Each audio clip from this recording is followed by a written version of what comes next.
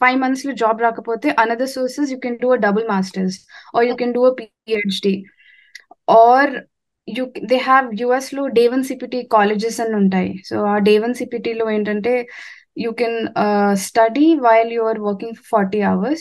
But చాలా day 1 CPTs మంచి colleges కావు అని నేను విన్నాను, కొన్ని కరెక్ట్ గా ఉంటాయి. So it's very important to choose which college you're picking. అది కాకుండా కెనడా వెళ్ళొచ్చు, యూరోప్ వెళ్ళొచ్చు, ఆప్షన్స్ ఉంటాయి. నేను వచ్చిన ప్రాసెస్ ఏంటంటే student, so I came on F1 visa. So నా మాస్టర్స్ 2 years మాస్టర్స్, దాని తర్వాత 3 years ఓపీటీ పీరియడ్ ఉంటుంది అనమాట మనకి, optical practical training period. So ఆ 3 years then we have the time line to look for a job.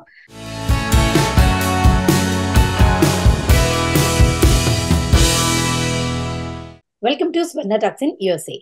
అమెరికాలో job market గురించి, అలానే జాబ్ కోసం వెయిట్ చేస్తున్న టైంలో ఉండే వీసా ఇష్యూస్ గురించి కూడా మనతో తన ఎక్స్పీరియన్స్ ని షేర్ చేసుకోవడానికి పూజిత వచ్చేసారండి. Let's welcome her. Hi Poojitha, how are you? Hi everyone, I'm good. Hi Swarna garu. Good అండి, thank you. So thank you for coming to our show Poojitha. So Poojitha చెప్పండి, అసలు యుఎస్ లో ఇప్పుడు ప్రెసెంట్ గానీ, అంటే అసలు ఎవరైనా యుఎస్ లో సస్టైన్ అవ్వాలి అంటే, ఇక్కడ ఉండాలి, నిలబడగలగాలి అంటే ఎవరైనా ఏం చేయాలి? అంటే మీ స్టూడెంట్ ఎక్స్పీరియన్స్ తో మీరు ఇక్కడికి వచ్చినప్పటి నుంచి చూసిన విషయాలు బట్టి చెప్పండి, ఏం చేస్తే బెటర్?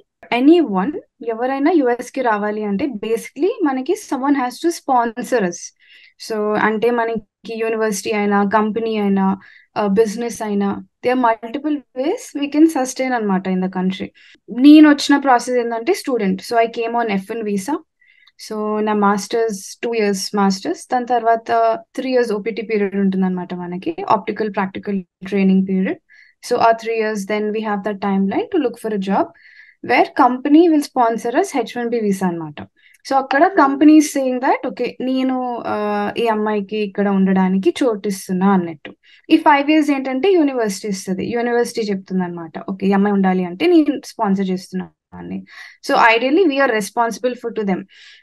ఇప్పుడు ఎవ్రీ అంటే మనం యుఎస్సిఐఎస్ కన్నా సెవెస్ కి రికార్డ్స్ పంపించినప్పుడు, ఇప్పుడు ఈ 5 year పీరియడ్ లో నాకు ఎంప్లాయర్ నా యూనివర్సిటీ, అలా ఒక్కసారి జాబ్ వచ్చినాక that company will be your employer. So these are 2 main ways to come to United states.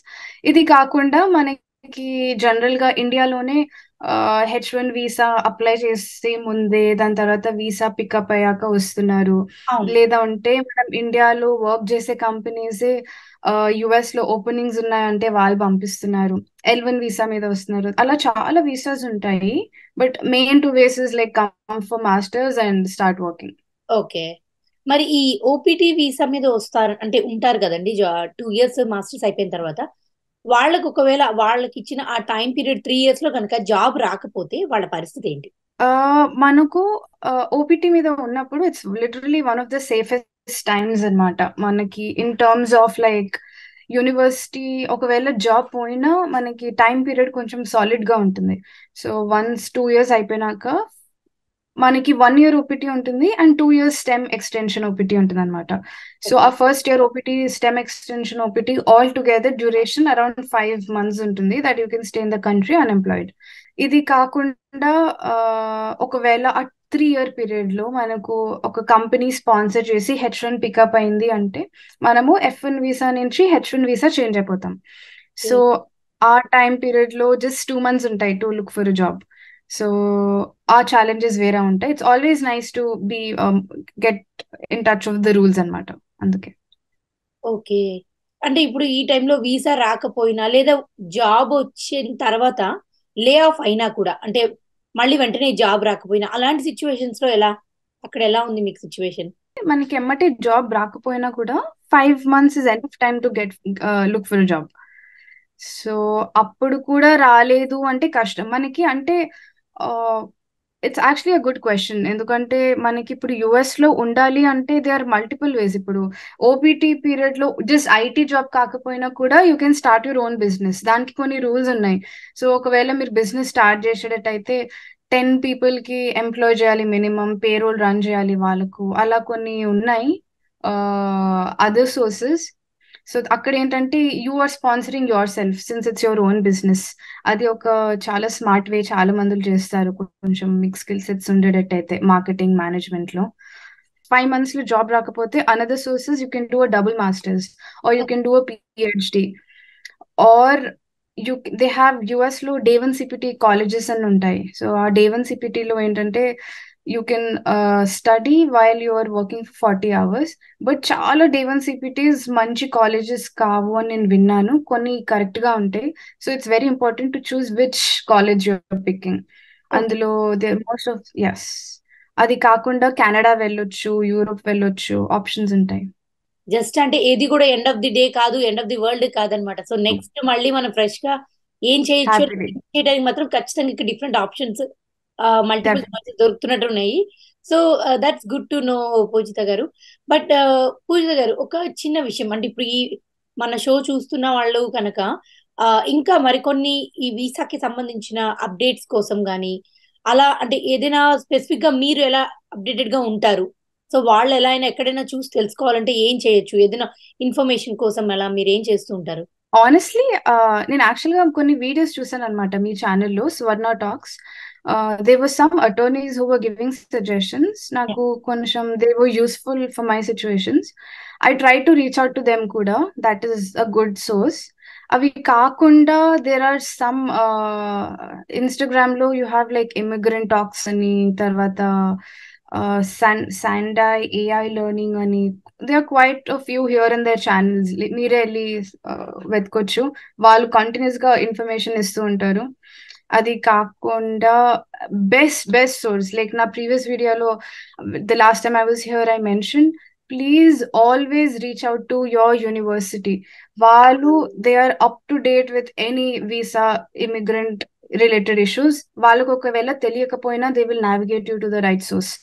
So because if your university is your employer, always reach out to them. ఒకవేళ మీరు కంపెనీకి work చేస్తున్నారు, your on H1B visa అంటే most of the companies have their own immigration department, reach out to them. ఒకవేళ ఇవి కూడా మీకు information తెలియట్లేదు అంటే it's always best to reach out to attorneys in the States. Like నేను చెప్పినట్టు ఇక్కడ ఈ స్వర్ణ టాక్స్ లో చూడండి, లేదంటే రెడ్డి అండ్ న్యూమన్ అని ఒక channel I heard through my friends, it's good. వాళ్ళవి ఫ్రీ 30 minute సెషన్స్ ఉంటాయి ఎవ్రీ డే.